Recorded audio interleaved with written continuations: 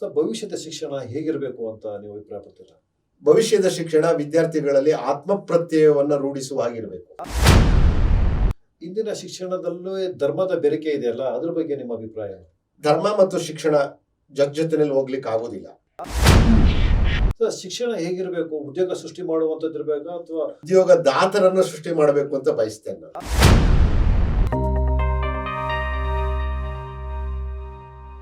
ನಮಸ್ತೆ ವೀಕ್ಷಕರೇ, ಇದು ಸುದ್ದಿಯ ಸಿಂಹಾಸನ, ನಮ್ಮ ಹಾಸನ ಟಿವಿ ನ್ಯೂಸ್. ಇವತ್ತು ನಮ್ಮ ಜೊತೆ ಇದ್ದಾರೆ ಮಂಡ್ಯದ ಶಿಕ್ಷಣ ತಜ್ಞರಾದಂತಹ ಡಾಕ್ಟರ್ ಎಸ್.ಬಿ. ಶಂಕರೇಗೌಡರು. ಇವ್ರ ಬಗ್ಗೆ ನಾನು ಹೆಚ್ಚು ಹೇಳೋದಕ್ಕಿಂತ ಅವರ ಬಾಯಿಂದನೇ ಒಂದು ಸಣ್ಣ ಕಿರು ಪರಿಚಯವನ್ನ ಕೇಳೋಣಂತೆ. ಮೊದಲಿಗೆ ನಮ್ಮ ಹಾಸನ ಟಿವಿಗೆ ಶಂಕರೇಗೌಡರನ್ನು ಆತ್ಮೀಯವಾಗಿ ನಾನು ಸ್ವಾಗತಿಸ್ತೇನೆ. ನಮಸ್ಕಾರ. ನಮ್ಮ ಹಾಸನ ಟಿವಿಗೆ ಧನ್ಯವಾದಗಳು.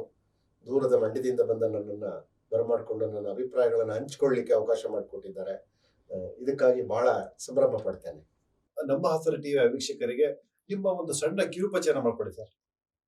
ನಾನು ಡಾಕ್ಟರ್ ಎಸ್.ಬಿ. ಶಂಕರೇಗೌಡ ಅಂತ ಹೇಳಿ, ಮಂಡ್ಯದ ಶಂಕರಗೌಡ ಶಿಕ್ಷಣ ಮಹಾವಿದ್ಯಾಲಯದ ನಿವೃತ್ತ ಪ್ರಾಂಶುಪಾಲ.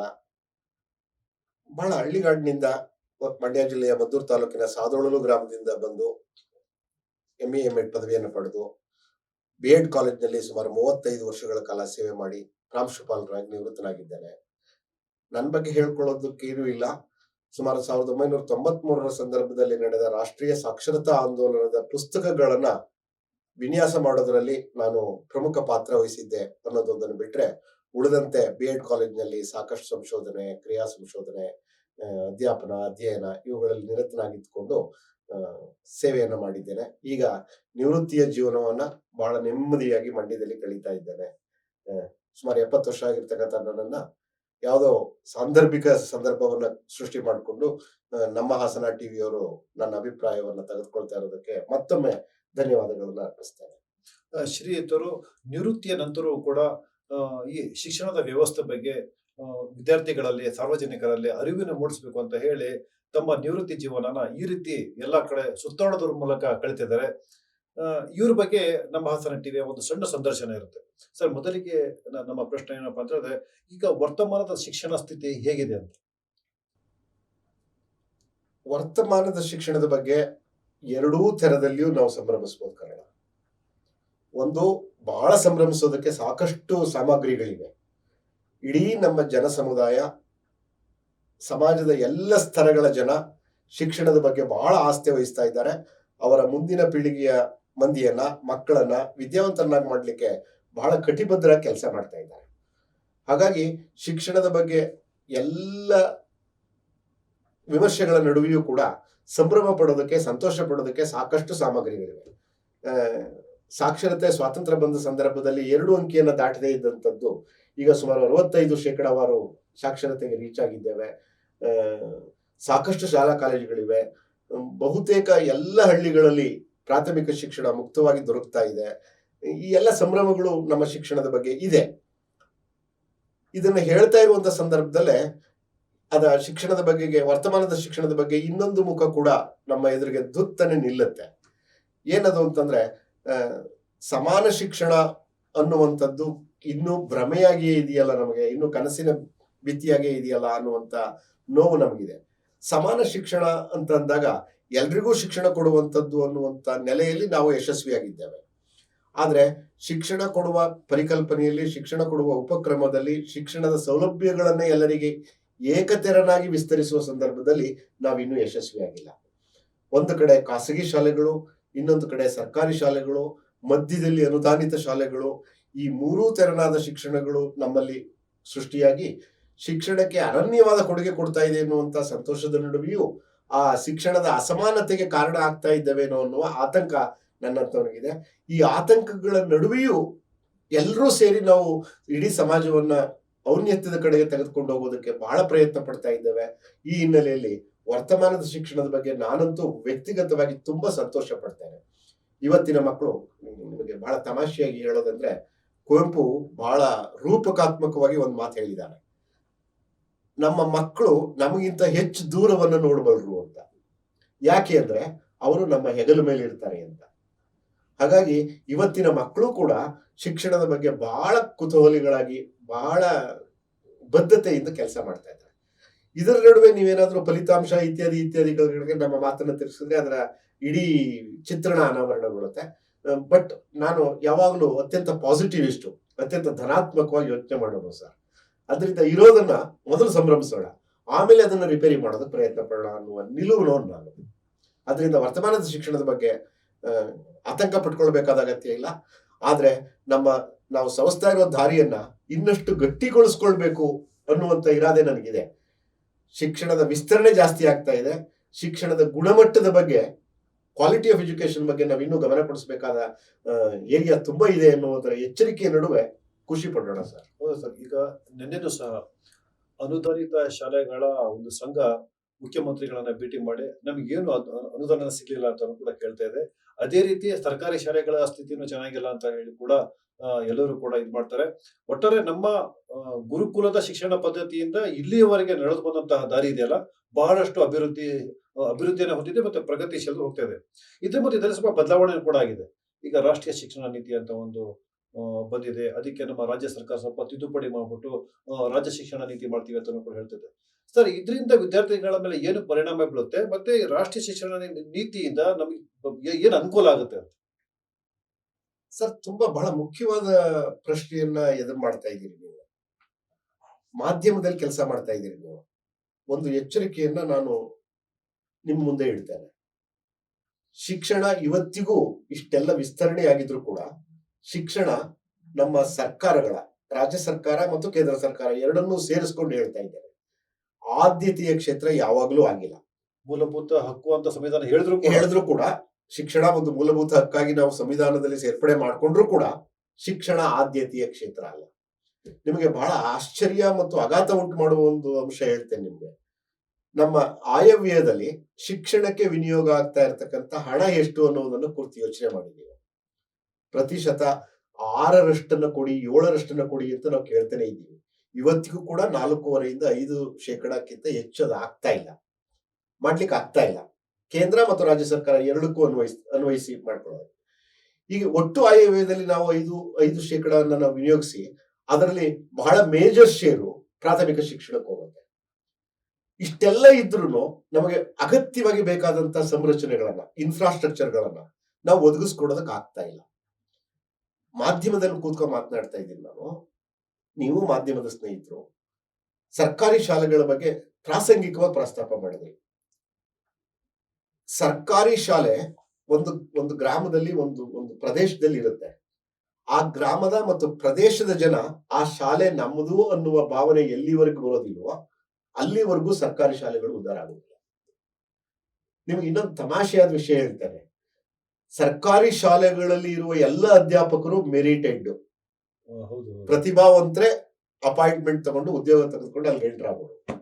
ಅಲ್ಲಿ ಕೆಲಸ ಸಿಗದೆ ಇರೋರು ಅನುದಾನ ಮತ್ತು ಖಾಸಗಿ ಶಾಲೆಗಳಿಗೆ ಬರ್ತಾರೆ. ಆದ್ರೆ ನಮ್ಮ ಗುಣಮಟ್ಟ ಮಾತ್ರ ಖಾಸಗಿ ಸಂಸ್ಥೆಗಳಲ್ಲಿ ಜಾಸ್ತಿ ಇದೆ, ಸರ್ಕಾರಿ ಸಂಸ್ಥೆಗಳಲ್ಲಿ ಕಡಿಮೆ ಇದೆ. ಯಾಕೆ ಹೀಗೆ ಅಂತ ಯೋಚನೆ ಮಾಡ್ಬೇಕಲ್ವ ನಾವು. ಬಹಳ ಮೂಲಭೂತವಾದ ಕಾರಣ ನನ್ಗನ್ಸೋದು, ನಮ್ಮ ಸಮುದಾಯ, ನಮ್ಮ ಸಮಾಜ, ನಮ್ಮ ಸಮಷ್ಟಿ, ನಮ್ಮ ಸ್ಥಳೀಯ ಪ್ರತಿನಿಧಿಗಳು ಆ ಶಾಲೆಯನ್ನ ನಮ್ಮದು ಅಂತ ಅನ್ನುವ ಭಾವನೆಯನ್ನ ಅವ್ರು ಇನ್ನೂ ಸೃಷ್ಟಿ ಮಾಡ್ಕೊಳ್ತಾ ಇಲ್ಲ. ಇಲ್ಲ ಸರ್, ಇದು ಚೆನ್ನಾಗಿದೆ, ಈ ತರದ ಸ್ಥಳಗಳಲ್ಲಿ ಆಗ್ತಾ ಇವೆ, ಒಂದಷ್ಟು ಬೆರಳೆಣಿಕೆಯ ನಿದರ್ಶನಗಳನ್ನು ನಾವು ಕೊಡ್ಬೋದು. ಇಡೀ ರಾಜ್ಯದುದ್ದಕ್ಕೂ ಆ ತರದ ನಿದರ್ಶನಗಳಿವೆ. ಆದ್ರೆ ಇಡಿಯಾಗಿ, ಒಟ್ಟಾರೆಯಾಗಿ ಆ ಸರ್ಕಾರಿ ಶಾಲೆಗಳನ್ನ ನಾವು ಔನ್ನತ್ಯದ ಕಡೆಗೆ ಕೊಂಡೊಯ್ಯಬೇಕು ಅನ್ನುವ ಸಾಮುದಾಯಿಕ ಪ್ರಜ್ಞೆ ನಮ್ಗಿಲ್ದೇ ಇರೋದ್ರಿಂದ ಈ ಕಷ್ಟವನ್ನ ನಾವು ಎದುರಿಸ್ತಾ ಇದ್ದೇವೆ. ಕಾಲ ಬರುತ್ತೆ, ಈಗ ಎಲ್ರೂ ಆ ಸರ್ಕಾರಿ ಶಾಲೆಗಳ ಕಡೆಗೆ ತಿರುಗಿ ನೋಡ್ತಾ ಇದ್ದಾರೆ. ನೋಡಿ ಸರ್, ನಾನು ಮಾತಾಡಬಾರ್ದು, ಆ ಶಾಲೆ ನಮ್ಮದು ಅನ್ನುವ ಭಾವನೆ ಬಂದ ತಕ್ಷಣ ಆ ಶಾಲೆ ಪ್ರಗತಿಯನ್ನ ಕಾಣುತ್ತೆ. ಆ ಊರಿನ ಸಮುದಾಯಗಳ ಕೇಂದ್ರಗಳಿವೆಯಲ್ಲ, ನಮ್ಮ ದೇವಸ್ಥಾನಗಳು, ನಮ್ಮ ಆಟೋಟಗಳು, ನಮ್ಮ ರಂಗ, ನಮ್ಮ ರಂಗಭೂಮಿ, ಅವೆಲ್ಲ ನಮ್ದು ಅಂತೇವೆ ನಾವು. ಆದ್ರೆ ಶಾಲೆಯನ್ನು ಮಾತ್ರ ಇದು ಸರ್ಕಾರಿ ಶಾಲೆ ಅಂತ. ಕನಿಷ್ಠ ಗ್ರಾಮ ಪಂಚಾಯತಿ ಮೆಂಬರು, ಗ್ರಾಮ ಪಂಚಾಯತಿ ಅಧ್ಯಕ್ಷ, ತಾಲೂಕ್ ಪಂಚಾಯತಿ ಮೆಂಬರು, ಅಲ್ಲಿ ಉದ್ಯಮಿ ಸರ್ಕಾರಿ ಶಾಲೆಗೆ ಮಕ್ಕಳ ಸೇರಿಸೋದಕ್ಕೆ ಹೋಗೋದೇ ಇಲ್ಲ. ಯಾವ್ದು ಖಾಸಗಿ ಶಾಲೆ ಕಳ್ಸೋದಕ್ಕೆ ಇಷ್ಟಪಡ್ತಾರೆ, ಹೋಗ್ತಾರೆ. ಇದು ಹುಚ್ಚು ಬಿಡೋವರೆಗೆ ಮದುವೆ ಆಗಲ್ಲ, ಮದುವೆ ಆಗೋವರೆಗೆ ಹುಚ್ಚು ಬಿಡಲ್ಲ, ಅವ್ರು ಸೇರಿಸೋವರೆಗೆ ಆ ಶಾಲೆ ಸುಧಾರಿಸಲ್ಲ. ನಾವೆಲ್ಲ ಉದ್ದಕ್ಕೂ ಸರ್ಕಾರಿ ಶಾಲೆಗಳಲ್ಲೇ ಓದ್ಕೊಂಡು ಬಂದಿರೋದು. ಇವತ್ತಿಗೂ ನಮ್ಮ ಅಧ್ಯಾಪಕರ ಬಗ್ಗೆ ನಮಗೆ ಅತ್ಯಂತ ಗೌರವ ಇದೆ. ಬಹಳ ಒಳ್ಳೆಯ ಅಧ್ಯಾಪಕರಿದ್ದಾರೆ, ಈಗಲೂ ಅಧ್ಯಾಪಕರು ಬಹಳ ಒಳ್ಳೆಯವರಿದ್ದಾರೆ. ಅದರಿಂದ ಈ ಸಾಮುದಾಯಿಕ ಪ್ರಜ್ಞೆಯನ್ನ ಜಾಗೃತಗೊಳಿಸುವ ದಿಶೆಯಲ್ಲಿ ನೀವು ಎಲ್ಲ ಪ್ರಯತ್ನ ಪಡೋಣ. ಆ ಸರ್ಕಾರಿ ಶಾಲೆಗಳನ್ನು ಉಳಿಸಬೇಕಾದ ಅಗತ್ಯ ಇದೆ. ಮತ್ತೆ ನನ್ನ ಪ್ರಶ್ನೆಗೆ ರಾಷ್ಟ್ರೀಯ ಶಿಕ್ಷಣ ನೀತಿ ರಾಷ್ಟ್ರೀಯ ಶಿಕ್ಷಣ ನೀತಿ ಏನು ಹೊಸ್ತಲ್ಲ ಸರ್. ಸ್ವಾತಂತ್ರ್ಯ ಬಂದ ತಕ್ಷಣ ಹಲವಾರು ಆಯೋಗಗಳನ್ನ, ರಾಧಾಕೃಷ್ಣನ್ ಆಯೋಗ ಬಂತು, ಮೊದಲಿಯಾರ್ ಆಯೋಗ ಬಂತು, ಸಮಗ್ರ ಶಿಕ್ಷಣ ಆಯೋಗ ಅಂತೇಳಿ ಕೊಠಾರಿ ಬಂತು, 86ರಲ್ಲಿ ಹೊಸ ಶಿಕ್ಷಣ ನೀತಿ ಬಂತು, 96ರಲ್ಲಿ ಪಠ್ಯಕ್ರಮ ವಿನ್ಯಾಸ ಬಂತು, 2006ರಲ್ಲಿ ಬಂತು, ಈಗ ಬಂದಿದೆ. ಬಹಳ ಗಂಭೀರವಾಗಿ ಮಾತನಾಡೋಣ ಈ ವಿಷಯ. ಏನಂತಂದ್ರೆ ಹೊಸ ಶಿಕ್ಷಣ ನೀತಿಗಳು ನಾವು ಏನನ್ನ ಕೊಡಬೇಕು ಮಕ್ಕಳಿಗೆ ಅನ್ನೋದನ್ನೇ ಬಹಳ ಪ್ರಧಾನವಾಗಿ ಯೋಚನೆ ಮಾಡ್ತಾರೆ. ಯಾಕೆ ಅದನ್ನ ಕೊಡಬೇಕು ಅಂತ ಯಾರು ಯೋಚನೆ ಮಾಡ್ತಾ ಇಲ್ಲ. ನನ್ನ ಅಭಿಪ್ರಾಯ ಬಹಳ ಸ್ಪಷ್ಟ ಆಗ್ತಾ ಇದೆ. ಪೂರ್ವ ನಿರ್ಧರಿತವಾಗಿ ನಮಗೆ ಏನು ಬೇಕೋ ಅದನ್ನ ಅಲ್ಲಿ ತುರುಕ್ಲಿಕ್ಕೆ ಪ್ರಯತ್ನ ಪಡ್ತಾರೆ. ಇದು ಆಗಬಾರ್ದು. ಫಿನ್ಲ್ಯಾಂಡ್ ಅಂತ ಒಂದು ಪುಟಾಣಿ ರಾಷ್ಟ್ರ, ಕೇಳಿರ್ತೀರಿ ನೀವು. ಫಿನ್ಲ್ಯಾಂಡ್ನ ಪ್ರವಾಸ ಒಂದು ಹೊಸ ಶೀರ್ಷಿಕೆಯಲ್ಲಿ ಬಳಕೆ ಆಗುತ್ತೆ ಸರ್, ಎಜುಕೇಶನಲ್ ಟೂರಿಸಂ ಅಂತ. ನೀವು ನೇಚರ್ ಟೂರಿಸಂ ಕೇಳಿದ್ದೀರಿ, ಹೆಲ್ತ್ ಟೂರಿಸಂ. ಫಿನ್ಲ್ಯಾಂಡ್ ನಾವು ಹೋಗ್ಬೇಕಾದ್ರೆ ಎಜುಕೇಶನ್ ಸ್ಟಡಿ ಮಾಡ್ಲಿಕ್ಕೆ ಹೋಗ್ತೀವಿ ಅಂತ. ಇದನ್ನ ಎಜುಕೇಶನ್ ಕೊಡ್ಲಿಕ್ಕೆ ಅಂತಂದಾಗ ಎಜುಕೇಶನ್ ಅನ್ನ ಕೊಡೋದು ಹೇಗೆ ಅನ್ನೋದ್ರ ಬಗ್ಗೆ ನಾವು ಯೋಚನೆ ಮಾಡ್ತಾ ಇಲ್ಲ. ಎಜುಕೇಶನ್ ಅಲ್ಲಿ ಏನನ್ನು ಕೊಡಬೇಕು ಅಂತ ಯೋಚನೆ ಮಾಡ್ತೇವೆ. ಇವತ್ತಿಗೂ ಮೊನ್ನೆ ತಾನೇ ನಮ್ಮ ಶಿಕ್ಷಣ ಮಂತ್ರಿಗಳು ಹೇಳಿದ್ರು, 5,000 ಜನ ಶಿಕ್ಷಕರನ್ನ ಅಪಾಯಿಂಟ್ ಮಾಡ್ತೇವೆ, 7,000 ಜನ ಅಪಾಯಿಂಟ್ ಮಾಡ್ತೇವೆ ಅಂತ. ಇವತ್ತಿಗೂ ಒಂದು ತರಗತಿಗೆ, ಒಂದು ಸೆಕ್ಷನ್ಗೆ, ಒಂದು ವಿಭಾಗಕ್ಕೆ ಒಬ್ಬ ಅಧ್ಯಾಪಕರನ್ನ ಕೊಡುವ ಸ್ಥಿತಿಯಲ್ಲಿ ನಮ್ಮ ಸರ್ಕಾರಗಳು ಇಲ್ಲ ಅಂದಾಗ ಹೊಸ ಶಿಕ್ಷಣ ನೀತಿ ಯಾವ ದಿಶೆಗೆ ಯೋಚನೆ ಮಾಡಬೇಕು ಅಂತ ಯೋಚನೆ ಮಾಡಿ. ಯಾವುದೇ ಶಿಕ್ಷಣ ನೀತಿ ತಾತ್ವಿಕವಾಗಿ ತುಂಬಾ ಸುಂದರವಾಗಿದ್ರು ಸರ್, ಅನುಷ್ಠಾನದಲ್ಲಿ ಅದು ಸಾಫಲ್ಯ ಪಡೆಯದೆ ಹೋದ್ರೆ ಅದು ವಿಫಲ ಆಗ್ಬಿಡುತ್ತೆ ಅನ್ನೋದಕ್ಕೆ ನಮ್ಮ ಹಿಸ್ಟ್ರಿ ಇದೆ. ನಮ್ಮ ಎಲ್ಲ ಆಯೋಗಗಳು ತುಂಬಾ ಅದ್ಭುತವಾಗಿವೆ. ಆದ್ರೆ ಅನುಷ್ಠಾನಕ್ಕೆ ತರುವ ಸಂದರ್ಭದಲ್ಲಿ ಹೊಸ ಶಿಕ್ಷಣ ನೀತಿಯ ಬಗ್ಗೆ ಬಂದ್ರಿ, ಬಹಳ ಚೆನ್ನಾಗಿದೆ ತಾತ್ವಿಕವಾಗಿ. ಆನ್ ಪಾಲಿಸಿ ಡಾಕ್ಯುಮೆಂಟ್ ತುಂಬಾ ಚೆನ್ನಾಗಿದೆ. ಆದ್ರೆ ಅದಕ್ಕೆ ಬೇಕಾದ ಸಂಪನ್ಮೂಲಗಳನ್ನ ನಾವು ಈ ಭಾಗದಿಂದ ಒದಗಿಸ್ಕೊಡ್ತೀವಿ ಅನ್ನೋ ಖಾತ್ರಿಯನ್ನ ಕೊಡದೆ ಹೋದ್ರೆ, ಈಗ ಬಹಳ ಸಣ್ಣ ಉದಾಹರಣೆ ಕೊಡ್ತಾನೆ. ಪದವಿಯನ್ನ ಓದುವ ವಿದ್ಯಾರ್ಥಿ ಒಂದು ಐಚ್ಛಿಕವನ್ನ ತಗೋತಾನೆ, ಇನ್ನೊಂದು ಐಚ್ಛಿಕವನ್ನ ಅವನ ಆಯ್ಕೆಗೆ ಬಿಡ್ತೇವೆ. ಒಬ್ಬ ಕಲಾ ವಿಭಾಗದಲ್ಲಿ BA ಓದ್ತಾ ಇರೋ ಹುಡುಗ ಒಬ್ಬ ಸೈನ್ಸ್ ನ ಫಿಸಿಕ್ಸ್ ನ ಓದ್ಬೋದು, ಮ್ಯಾಥಮೆಟಿಕ್ಸ್ ನ ಓದ್ಬೇಕು ಅಂತ ಬಯಸ್ತೇವೆ ನಾವು. ಅದಕ್ಕೆ ಅವಕಾಶ ಇದೆ. ಇದಿದ್ದ ಮೇಲೆ ನನ್ನ 100 ಜನ ವಿದ್ಯಾರ್ಥಿಗಳು ನನ್ನ ಕಾಲೇಜಿನಲ್ಲಿ ಇದ್ದಾರೆ ಅಂದ್ರೆ ಅವರ ಆಯ್ಕೆಗಳಿಗೆ ಅನುಕೂಲಕರವಾದ ಸೌಲಭ್ಯಗಳನ್ನ ಮತ್ತು ಹ್ಯೂಮನ್ ರಿಸೋರ್ಸ್ ಅಧ್ಯಾಪಕರನ್ನ ನಾವು ಕೊಡೋಕೆ ಏನಾದ್ರು ದಾರಿ ತೋರಿಸಿದೆಯಾ ಅದು ಹೊಸ ಶಿಕ್ಷಣ ನೀತಿ? ನನಗೆ ಗೊತ್ತಿರುವಾಗ ಎಲ್ಲೂ ಇಲ್ಲ. ಇದ್ರೆ ಬಹಳ ಸಂತೋಷ ಪಡೋಣ. ಆದ್ರೆ ಈಗ ಎಕ್ಸಿಸ್ಟಿಂಗ್ ಡಾಕ್ಯುಮೆಂಟ್ ಅಲ್ಲಿ ಅದಿಲ್ಲ ಅಂದಾಗ ಇವುಗಳನ್ನ ಒಂದು ಸಿದ್ಧಾಂತವನ್ನ ನಾನು ಜಾರಿಗೆ ತರುವಾಗ ಉದ್ಭವ ಆಗಬಹುದಾದ ಸಮಸ್ಯೆಗಳನ್ನ ಮುಂಗಾಣಿಕೆಯಾಗಿ ನಾನು ಮೊದಲೇ ಯೋಚನೆ ಮಾಡದೆ ಹೋದ್ರೆ ಆ ಪಾಲಿಸಿ ಯಶಸ್ವಿ ಆಗುವ ಸಾಧ್ಯತೆ ಹೇಗಿದೆ ಸರ್? ಹೌದು, ಶಿಕ್ಷಣ ಜೊತೆ ಕೌಶಲ್ಯನ ಕೊಡ್ತೀವಿ ಅಂತ ಹೇಳುತ್ತೆ ಅದು ನೀತಿ. ಆದ್ರೆ ನೀವು ಹೇಳ್ದಂಗೆ ಆ ಸೌಲಭ್ಯಗಳು ಕೂಡ ಅಲ್ಲಿ ಕೊಡದಲ್ಲೇ ಹೋದ್ರೆ ಅವ್ನು ಏನ್ ಕೌಶಲ್ಯ ಬರುತ್ತೆ ಸಿಗುತ್ತೆ ಅವನಿಗೆ ಅಂತ. ಕೌಶಲ್ಯಗಳ ಕಡೆಗೆ ಇಡೀ ದೇಶ, ಇಡೀ ಪ್ರಪಂಚ ತಿರುಗಿ ನೋಡ್ತಾ ಇದೆ ಸರ್. ಅದೊಂದು ದೊಡ್ಡ ಕ್ಷೇತ್ರ. 2 ನಿಮಿಷದಲ್ಲಿ ಅದನ್ನು ಮಾತಾಡ್ಲಿಕ್ಕಾಗುತ್ತೆ. ನನಗೆ ಬಹಳ ಮೂಲಭೂತವಾಗಿ ಕೌಶಲ ಅಂದ್ರೆ ಏನು ಅಂತ, ನನ್ನನ್ನ ಒಂದು ನಿರ್ದಿಷ್ಟವಾದ ಕೆಲಸಕ್ಕೆ ನಿರ್ಬಂಧಿಸೋದಕ್ಕೆ ನೀವು ಪ್ರಯತ್ನ ಪಡ್ತಾ ಇದ್ದೀರಾ, ಇದನ್ನ ನಾನು ವಿರೋಧಿಸ್ತೀನಿ.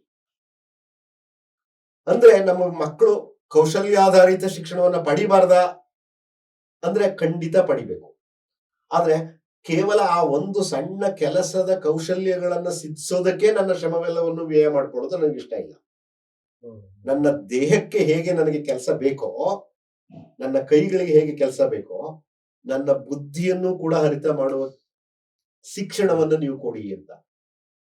ಬುದ್ಧಿ ಹರಿತ ಮಾಡುವುದು ಕೂಡ ಒಂದು ಕೌಶಲನೇ. ಅದನ್ನು ನಾವು ಬೌದ್ಧಿಕ ಕೌಶಲ, ಇಂಟೆಲೆಕ್ಚುಯಲ್ ಸ್ಕಿಲ್ ಅಂತ ಕರೆದು ಬಿಡ್ತೇವೆ. ಈ ದಿಶೆನಲ್ಲಿ ನಾವು ಯೋಚನೆ ಮಾಡಬೇಕು. ನಮ್ಮ ಮಕ್ಕಳಿಗೆ ಕೆಲಸ ಸಿಗಬೇಕು, ಅದ್ರ ಬಗ್ಗೆ ತಕರಾರೇ ಇಲ್ಲ. ಆದ್ರೆ ಒಂದು 1996ರ ದಾಖಲೆಯಲ್ಲಿ ಕರಿಕ್ಯುಲಮ್ ಫ್ರೇಮ್ ವರ್ಕ್ ನಲ್ಲಿ ಸರ್ 2 ಶಬ್ದಗಳನ್ನು ಉಪಯೋಗಿಸ್ತಾರೆ. ಬಹಳ ಚಾರಿತ್ರಿಕವಾಗಿ ನಮ್ಮ ಶಿಕ್ಷಣ ಅಂದ್ರೆ ಜ್ಞಾನವನ್ನ ಬರಮಾಡಿಕೊಳ್ಳೋದು. It's an imparting knowledge. ಆದ್ರೆ ಈಗ ಅದನ್ನ ಶಿಫ್ಟ್ ಮಾಡ್ತಾ ಇದ್ದಾರೆ. ಈಗಲ್ಲ, ಸುಮಾರು 30 ವರ್ಷದಿಂದ. ಏನ್ ಶಿಫ್ಟಿಂಗು ಅಂದ್ರೆ ಜಿಗಿತ ಏನು ಅಂತಂದ್ರೆ, ಜ್ಞಾನವನ್ನ ತುಂಬ್ಕೋಬೇಡಿ, ಜ್ಞಾನವನ್ನ ಸೃಷ್ಟಿ ಮಾಡಿ ಅಂತ. Try to create knowledge. From imparting knowledge to creating ನಾಲೆಡ್ಜ್ಗೆ ಶಿಫ್ಟ್ ಆಗಿದೆ. ಅದರಿಂದ ನೀವು ಕೌಶಲ್ಯದ ಕಡೆ ಗಮನ ಕೊಡೋದು ಅತ್ಯಂತ ಸೂಕ್ತ. ಅಟ್ ದ ಸೇಮ್ ಟೈಮ್ ನನ್ನ ಮಕ್ಕಳು, ನನ್ನ ಮುಂದಿನ ಪೀಳಿಗೆ ಜ್ಞಾನವನ್ನ ಸೃಷ್ಟಿ ಮಾಡೋ ಕಡೆಗೆ ಅವರನ್ನ ತರಬೇತಿಗೊಳಿಸಬೇಕಾದ ದಿಕ್ಕಿನಲ್ಲಿ ನಾವೇನ್ ಮಾಡಬೇಕು ಅನ್ನುವಂಥದ್ದು ಇಲ್ಲ. ಸೊ ನಿಮ್ಮ ದೃಷ್ಟಿಯಲ್ಲಿ ಯಾವ ವಿಧಾನದ ಶಿಕ್ಷಣವನ್ನು ಕೊಟ್ರೆ ಮತ್ತೆ ಉದ್ಯೋಗನ ಸೃಷ್ಟಿಯಾಗಬೇಕು, ನಿರುದ್ಯೋಗ ಸಮಸ್ಯೆ ಪರಿಹಾರ ಆಗಬೇಕು, ಮತ್ತೆ ಅವನಿಗೆ ಜ್ಞಾನನೂ ಸಿಗ್ಬೇಕು, ಆ ರೀತಿಯಾಗಿ? ಬಹಳ ಒಳ್ಳೊಳ್ಳೆ ಪ್ರಶ್ನೆಗಳು, ಬಹಳ ಸುದೀರ್ಘವಾಗಿ ನೆಮ್ಮದಿಯ ಕೂತು ಚರ್ಚೆ ಮಾಡಬೇಕಾದಂತ ಏರಿಯಾಗಳು. ಉದ್ಯೋಗ ಕೊಡಬೇಕು, ನಿರುದ್ಯೋಗ ನಿವಾರಣೆ ಕೂಡ ಆಗ್ಬೇಕು. ನಿರುದ್ಯೋಗ ನಿವಾರಣೆ. ಇಲ್ಲಿ ಕೊಡೋರೊಬ್ರು ಪಡ್ಕೊಳ್ಳೋರೊಬ್ರು ಅನ್ನುವ 2 ಕೆನೋಟೇಷನ್ಸ್ ಬಂದ್ಬಿಟ್ಟು, ನಾನು ಶಿಕ್ಷಣದಿಂದ ಏನು ಬಯಸ್ತೇನೆ ಅಂದ್ರೆ, ಶಿಕ್ಷಣ ಉದ್ಯೋಗವನ್ನ ಕೊಡಬೇಕು ಅಂತ ಬಯಸೋದಿಲ್ಲ, ಶಿಕ್ಷಣ ಉದ್ಯೋಗವನ್ನ ಕೊಡುವ ಹಾಗೆ ವ್ಯಕ್ತಿಗಳನ್ನು ಸೃಷ್ಟಿಸಿ ಅಂತ ಬಯಸ್ತೀನಿ. ನಮ್ಮ ದೇಶದ ಬಗ್ಗೆ ಅರ್ಥಶಾಸ್ತ್ರಜ್ಞರು ಅದ್ಭುತವಾದ ಒಂದು ಮಾತು ಹೇಳ್ತಾರೆ ಸರ್. ಭಾರತ ಸಮೃದ್ಧವಾದ ಪ್ರಾಕೃತಿಕ ಸಂಪನ್ಮೂಲಗಳನ್ನು ಒಳಗೊಂಡ ಬಡ ರಾಷ್ಟ್ರ ಅಂತ. ಒಂದು ದೇಶದ ಶ್ರೀಮಂತಿಕೆ ನಿರ್ಧಾರ ಆಗೋದು ಆ ದೇಶದ ಪ್ರಾಕೃತಿಕ ಸಂಪನ್ಮೂಲಗಳು ಮತ್ತು ಮಾನವ ಸಂಪನ್ಮೂಲಗಳು, ಇವೆರಡು ಆಧಾರದ ಮೇಲೆ. ಈ ಎರಡೂ ಬಹಳ ದಂಡಿಯಾಗಿದೆ ನಮ್ಮ ದೇಶದಲ್ಲಿ. ಆದ್ರೂ ನಾವು ಇನ್ನು ಪ್ರಗತಿಶೀಲ ಡೆವಲಪಿಂಗ್ ಕಂಟ್ರಿನೇ ಆಗಿದ್ದೇವೆ. ಯಾಕೆಂದ್ರೆ ಈ ಪ್ರಾಕೃತಿಕ ಸಂಪನ್ಮೂಲಗಳನ್ನಾಗ್ಲಿ ಅಥವಾ ಮಾನವ ಸಂಪನ್ಮೂಲಗಳನ್ನಾಗ್ಲಿ, ಹ್ಯೂಮನ್ ರಿಸೋರ್ಸ್ ಅನ್ನಾಗ್ಲಿ ಇನ್ನು ಬಹಳ ಪರಿಣಾಮಕಾರಿಯಾಗಿ ಬಳಸಿಕೊಳ್ಳುವ ದಾರಿಗಳನ್ನ, ಮಾರ್ಗಗಳನ್ನ, ವಿಧಾನಗಳನ್ನ ಇವತ್ತಿಗೂ ನಾವು ಬಳಸ್ಕೊಂಡಿಲ್ಲ. ಎಲ್ಲ ವಿದೇಶಿಯರು ನಮ್ಮ ದೇಶಕ್ಕೆ ಬಂದದ್ದು ನಮ್ಮ ಪ್ರಾಕೃತಿಕ ಸಂಪನ್ಮೂಲಗಳ ಆಕರ್ಷಣೆ ಇಲ್ಲ. ಈ ತರದ ಪ್ರಾಕೃತಿಕ ಸಂಪನ್ಮೂಲಗಳು ಕೊರತೆ ಇರುವ ದೇಶಗಳೆಲ್ಲ ನಮ್ಮನ್ನ ಆಳ್ತಾ ಇವೆ ಅಥವಾ ನಮಗಿಂತ ಮುಂದಿವೆ, ನಮ್ಮನ್ನ ಆಳದೇ ಇದ್ರು. ಆದ್ರೆ ನಾವ್ಯಾಕೆ? ಬಹಳ ಸರಳ ಸರ್. ಮಾಧ್ಯಮದಲ್ಲಿದ್ದೀರಿ, ಉತ್ತರ ನನಗಿಂತ ಚೆನ್ನಾಗಿ ನಿಮಗೆ ಗೊತ್ತು. ನಮ್ಮ ರಾಜಕಾರಣದ ಇಚ್ಛಾಶಕ್ತಿಯ ಕೊರತೆ ಬಹುಶಃ ಇದಕ್ಕೆ ಕಾರಣ ಅಂತ ಅನ್ಕೋತೇವೆ. ಮತ್ತೆ ನಮ್ಮ ದೇಶ ಜನಸಂಖ್ಯಾ ಬಾಹುಳ್ಯದ ದೇಶ ಅಲ್ಲ ಸರ್. ಅದರಿಂದ ಗುಣಮಟ್ಟ ಅಂದಾಗ ನಾನು ಎಲ್ರಿಗೂ ಗುಣಮಟ್ಟವನ್ನು ಕೊಡ್ಲಿಕ್ಕೆ ಹೊರಟಾಗ ಈ ಸಂಖ್ಯೆ ನಮ್ಮನ್ನು ತುಂಬಾ ಕಾಡುತ್ತೆ. ಇದೆಲ್ಲದರ ನಡುವೆಯೂ ನಾವು ಪ್ರಯತ್ನ ಪಡಬೇಕು. ಎಷ್ಟೆಲ್ಲ ಕೆಲಸಗಳಿವೆ. ಅದರಿಂದ ಉದ್ಯೋಗ ದೊರಕುವ ಕೆಲಸವನ್ನು ಸೃಷ್ಟಿ ಮಾಡೋದಕ್ಕಿಂತ ಅದು ಬೇಕು, ಉದ್ಯೋಗ ದಾತರನ್ನ ಸೃಷ್ಟಿ ಮಾಡಿ. ನೀವು ಎಷ್ಟೆಷ್ಟಿವೆ ಸರ್?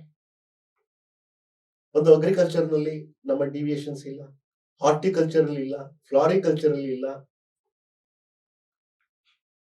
ಎಷ್ಟೆಲ್ಲ ಇವೆ. ಎಷ್ಟು ಈ ಕವಲುಗಳನ್ನ ನಾವು ಕುರಿತು ಯೋಚನೆ ಮಾಡ್ತಾ ಇಲ್ಲ. ನಮಗೆ ಶಿಕ್ಷಣ, ಗುಣಮಟ್ಟ, ಉದ್ಯೋಗ ಅಂದ ತಕ್ಷಣ MNC ಕಂಪನಿಗಳು ಅಥವಾ ಬಯೋಟೆಕ್ ಕಂಪನಿಗಳು, ಈಗೀಗ ಬಹುರಾಷ್ಟ್ರೀಯ ಕಂಪನಿಗಳಲ್ಲಿ ನಮ್ಮ ಮಕ್ಕಳು ಕೆಲಸ ತುಂಬಾ ಒಳ್ಳೇದದು. ಅದನ್ನ ನಾನು ಸರಸಟ್ಟಾಗಿ ತಿರಸ್ಕರಿಸ್ತಾ ಇಲ್ಲ. ಆದ್ರೆ 100ರಲ್ಲಿ ಇಬ್ಬಿಬ್ಬರನ್ನಾದ್ರೂ ನಾನು ಉದ್ಯೋಗ ದಾತರನ್ನು ಸೃಷ್ಟಿ ಮಾಡದೆ ಹೋದ್ರೆ, ಉದ್ಯೋಗಿಗಳನ್ನು ಸೃಷ್ಟಿ ಮಾಡಿದ್ರೆ, ಎಗೈನ್ ನಾವು ಮೆಕಾಲೆ ಆಧಾರಿತ ಶಿಕ್ಷಣವನ್ನ ಕಂಡು ಭಯ ಪಡ್ಬೇಕಾಗುತ್ತೆ. 90 ಜನ ಉದ್ಯೋಗಕ್ಕೆ ಹೋಗೋರನ್ನು ಸೃಷ್ಟಿ ಮಾಡಿ, 10 ಜನನ ಉದ್ಯೋಗ ದಾತರನ್ನು ಸೃಷ್ಟಿ ಮಾಡಿ. ಹೌದು, ನೀವು ಹೇಳೋದು ತುಂಬಾ ಚೆನ್ನಾಗಿದೆ. ಈಗ ನಮ್ಮ ದೇಶದ ಮಾನವ ಸಂಪನ್ಮೂಲ ಇದೆಯಲ್ಲ, ಅದನ್ನು ಒಂದು ನಮ್ಮ ಒಂದು ರಾಷ್ಟ್ರೀಯ ಸಂಪತ್ತು ಅಂತ ತಿಳ್ಕೊಂಡು ನಾವು ಹೆಚ್ಚು ಉದ್ಯೋಗಗಳನ್ನು ಕೊಡುವಂತ ಒಂದು ಶಿಕ್ಷಣವನ್ನು ಕೊಟ್ಟರೆ ಆಗತ್ತೆ ಅಂತ ಹೇಳಿ ಅಂತ ಸರ್. ಜೊತೆಗೆ ನಾನು ಒಂದು ಕೊನೆಯ ಪ್ರಶ್ನೆ ಹೇಳಿ ಕೇಳ್ತೀನಿ. ಇತ್ತೀಚೆಗೆ ಶಿಕ್ಷಣದ ಒಳಗಡೆ ಧರ್ಮ ರಾಜಕಾರಣ ಇವು ಕೂಡ ಸೇರ್ ಹೋಗ್ಬಿಟ್ಟು ಬಹಳಷ್ಟು ವಿವಾದಗಳನ್ನ ಸೃಷ್ಟಿ ಮಾಡ್ತವೆ ಸರ್. ನನ್ನ ಪ್ರಶ್ನೆ ಏನಪ್ಪಾ ಅಂತ ಹೇಳಿದ್ರೆ, ಇದು ಎಷ್ಟು ವಿದ್ಯಾರ್ಥಿಯ ಸಮೂಹದ ಮೇಲೆ, ಎಜುಕೇಶನ್ ಮೇಲೆ ಪರಿಣಾಮ ಬೀಳುತ್ತೆ, ಸಕಾರಾತ್ಮಕವಾಗಿ ಮತ್ತು ನಕಾರಾತ್ಮಕವಾಗಿ? ಜೇನುಗೂಡು ಕಲ್ಲೊಡಿತಾ ಇದ್ದೀವಿ ನೀವು, ನಾವು ಇಬ್ಬರುವೆ. ಇದು ಕಷ್ಟ. ಆದ್ರೆ ಪರಿಸ್ಥಿತಿ ಏನು ಅನ್ನೋದು ನಿಮಗೂ ಗೊತ್ತು, ನನಗೂ ಗೊತ್ತು. ಶಿಕ್ಷಣದ ಕಡೆ ಧರ್ಮ ಚಲಿಸಬಾರದು, ಧರ್ಮದ ಕಡೆ ಶಿಕ್ಷಣ ಚಲಿಸ್ಬೇಕು. ಪುನಃ ಒಂದು ಸಣ್ಣ ಕರೆಕ್ಷನ್ಸ್ ಹಾಕೋಣ ಸರ್. ಅದು ಧರ್ಮ ಅಂದಾಗ ಮತ ಧರ್ಮ ಅಲ್ಲ, ರಿಲಿಜಿಯನ್ ಅಲ್ಲ. ಧರ್ಮ ಅಂದಾಗ ಸ್ವಭಾವ ಅಂತ, ನೇಚರ್ ಅಂತ. ಧ್ರುವ್ ಅಂದ್ರೆ ಸ್ವಭಾವ ಅಂತ, ನಮ್ ಸ್ವಭಾವ.